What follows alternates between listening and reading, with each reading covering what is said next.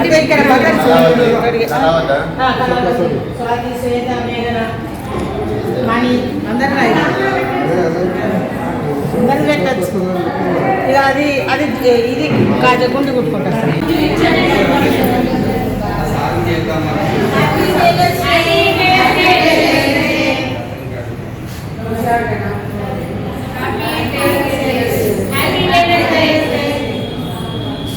ఇది 80 ఏళ్ళ మిస్త్రీ. ఇది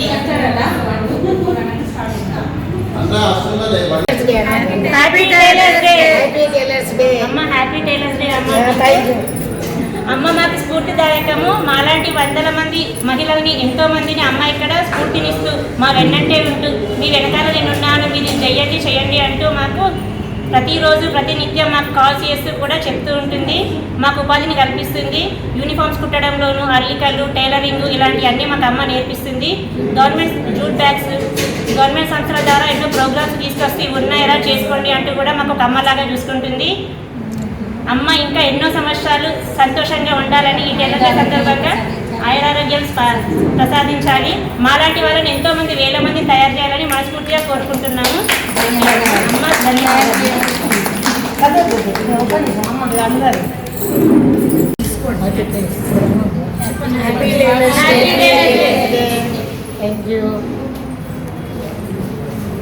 ఇది 85 సంవత్సరాల క్రితము మా నాన్నమ్మ మిషన్ కుట్టేది. ఇది అక్కడ పెట్టేసిండ్రు వాళ్ళు, అమ్మ వాళ్ళు. అయితే నేను ఆడుకొని తెచ్చుకున్నాను నిజామాబాద్కు. తెచ్చుకున్న తర్వాత ఇక్కడ ఒక్కదాన్నే ఇంట్లో బ్లౌజులు కుట్టుకోవడం చేయడము ఇట్లా చేసినప్పుడు టెక్నికల్ టీటీసీ ఎగ్జామ్స్ రాసిన, లోయర్ అయ్యారు.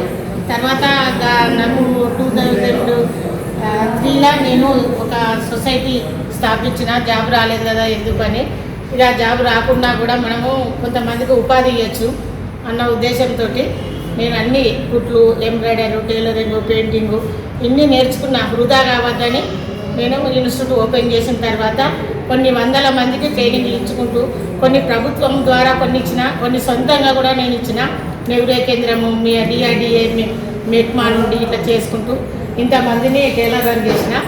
వీళ్ళు కూడా ఇప్పుడు ఎట్లా వీళ్ళందరికీ టైలరింగ్ చేసినా కానీ ఉపాధి కూడా కావాలి కదా అని గవర్నమెంటు సంస్థల ద్వారా యువతరాన కలెక్టర్ పోయి అడిగి అప్పుడు యూనిఫామ్స్ టెండర్స్ తెచ్చుకొని వాళ్ళందరికీ కుట్టి రోజు 50-100 నుండి ఇప్పుడు 300-400 సంపాదించుకునేటోళ్ళం కూడా చేసిన.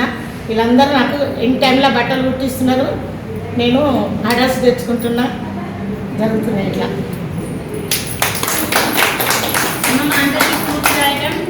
అమ్మ ఒక్కటి చేయడం వల్ల మేము ఇంతమంది ఇక్కడ రూపొందాము.